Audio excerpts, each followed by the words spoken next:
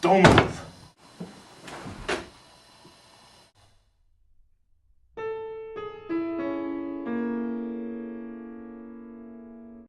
Hello. Hopefully everybody knows my name by now.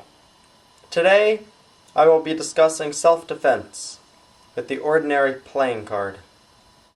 Now many of you may be wondering why on earth anybody would want to use playing cards over more conventional weaponry. Well, there are several reasons. In fact, there are 4. Number 1, they are very inexpensive. In fact, you can get them for even $1 a pack if you go to Five Below. Number 2, they fit into the palm of your hand. Very convenient, I would say. Number 3 is that they provide hours, countless hours of entertainment, if you're good with cards, before the actual attack. And number 4, if you're good enough with cards, you can make money on the victim before you throw them. The first shot that I'm going to be teaching is called the Children's Kugel. It was first developed by Ricky J., although possibly even earlier, since it does make sense from a practical standpoint. The idea is that you hold the cards just like this. There's not much to explain because it's very simple. Basically, you hold it. And then you do either a jab or a cross, your choice, at the victim or the enemy from close range, depending upon how you're using it. Take the cards and you jab them very quickly, and then you release them into the enemy's face. The idea of this shot is to obscure the view of the enemy to make easy your escape. And now, a demonstration of the technique.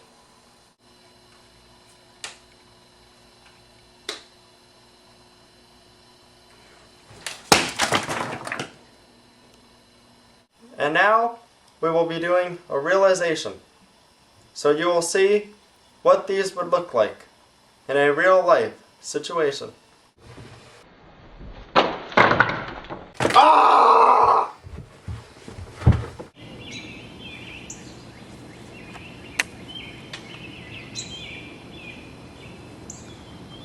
We will now be discussing the lethal 4-card fist. For this grip, it is necessary to have all 5 fingers. First position of the first card, this is called card number 1. You want to put it right here, between your thumb and your index finger. Ah, now you see why we discussed this avant-garde grip. Next, you want to take the second card and place it in between your index and middle finger. Next, do the same exact thing, only with the middle finger and ring finger, and then between your pinky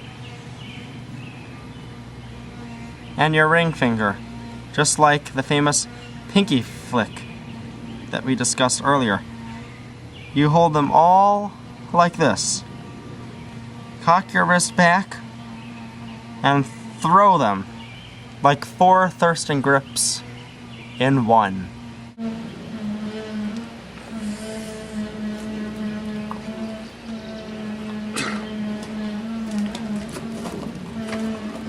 Ah! Now he will be unable to attack me, and I will be able to escape. The next and final technique that I will be discussing is called the drop and attack. This technique is especially important for the elderly to have a very good awareness of. It could potentially save your life. So here is the situation. Let us imagine it is a beautiful day at a park. You see someone shady coming by, and your worst nightmare comes true. It is indeed a robber. This thug wants all of your money. Maybe he has a gun, or maybe even a knife. This man holds the knife to you and asks you for your money. Well, of course, you should be able to produce money on the spot, just like this. And as an elderly person, you may only have $6 to give him. As an elderly person, there is never an excuse not to have cards with you. Never. You want to be in the kugel position at all times. And the premise of this throw is that you quite literally hide the cards behind or underneath the money. The robber will probably not even notice that it is there. And then, like an elderly person, maybe you're clumsy, and you accidentally drop the money. Well, of course, this robber has some manners. It's not going to tell you to pick it up. No, no, no. Of course, what it will do, what the robber will do, is pick up the money for you in deference to the elderly person. And when he does this, you take the cards in the kugel position and you throw them right at the enemy's neck, accompanied with the distinctive sound of an elderly's scream. If the enemy can even move at this point, although I do not think he will be able to, he will surely run away, and your life will be saved. There is an alternate technique for this that I developed myself. If you have a wallet, what I always advise elderly people to do in my card throwing classes are to put cards in your wallet. This makes it much more convenient, so you don't have to keep them in your hand at all times.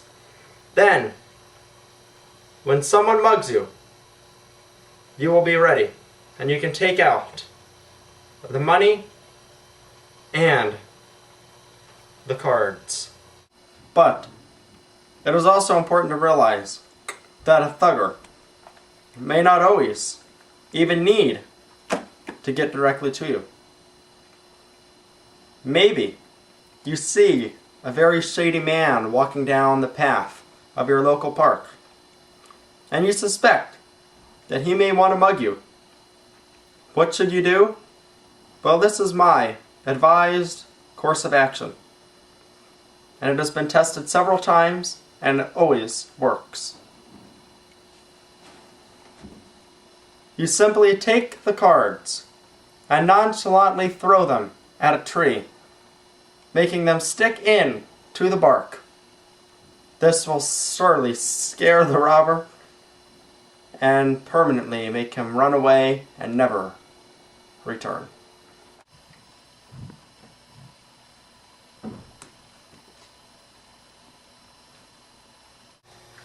Alright, all your money, I want it quick. Oh, come on.